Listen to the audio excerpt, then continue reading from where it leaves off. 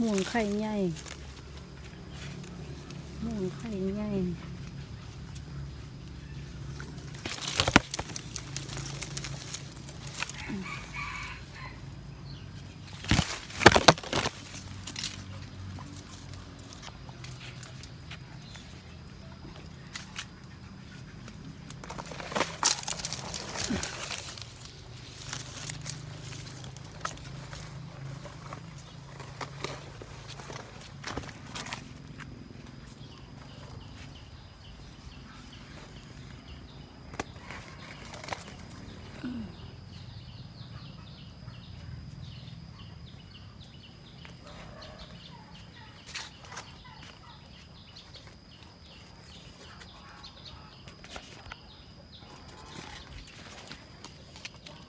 สามีพ่อนางคูคำเหมือนค่ะนางคูคำก็มีเท้าหมักมีก็มีเด้อ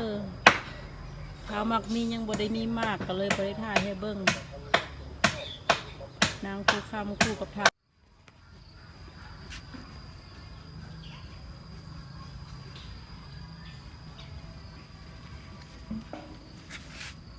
ักทองจ้า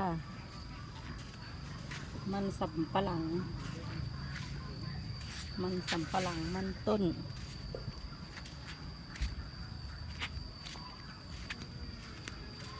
กระเจี๊ยบจ้า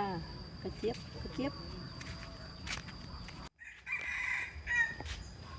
ม่วงใหญ่เขากินกันสิหมดแล้วเนาะ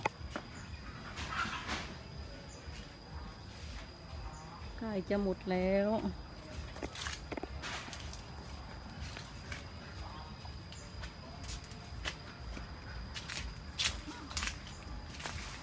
ทั้งใหญ่ทั้งยาว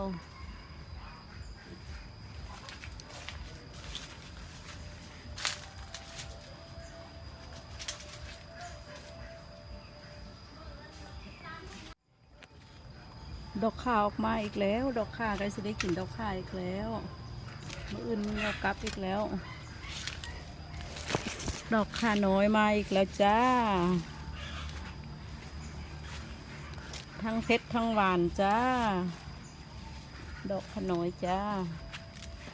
ทั้งเพชรทั้งหวานทั้งหึ่น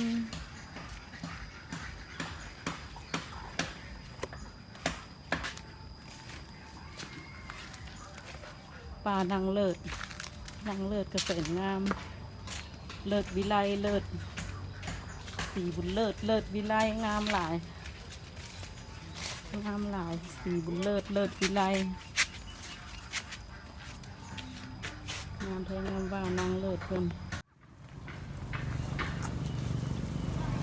ดอกสีทิศกำลังออกอีกงามหลายจ้า